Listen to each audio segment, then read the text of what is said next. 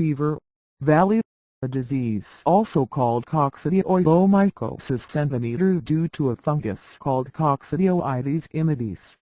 About 40% of people infected with this fungus develop symptoms.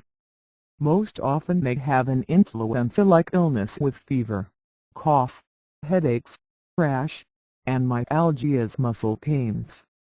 Of those people with symptoms, 8% have severe lung disease requiring hospitalization and 7% develop disseminated infection throughout the body.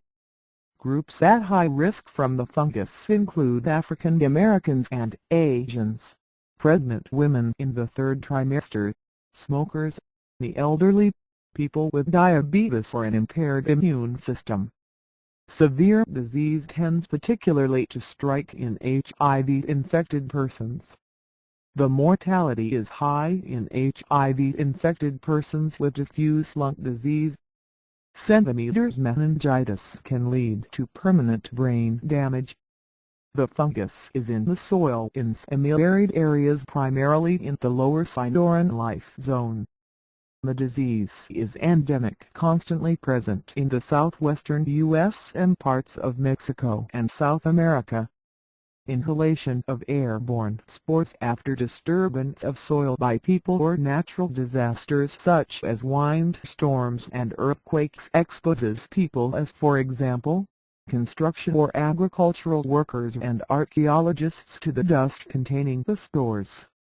A mask helps but does not provide complete protection against the fungus. The incidence of the disease was 15 over 100,000 in Arizona in 1995. Of persons living in areas with endemic disease, between 10% and 50% have been found to show a positive skin test to centimeters. In one outbreak, 35 church members from Pennsylvania traveled to Hermosillo, Mexico, where they stayed a week to build a church. Within 2 weeks of returning home, 27 of the travelers complained of flu-like symptoms, and testing revealed exposure to the fungus that causes centimeters. The disease is also known by a number of other names, including desert fever, Posadas disease, San Joaquin fever, San Joaquin Valley disease, and San Joaquin Valley fever.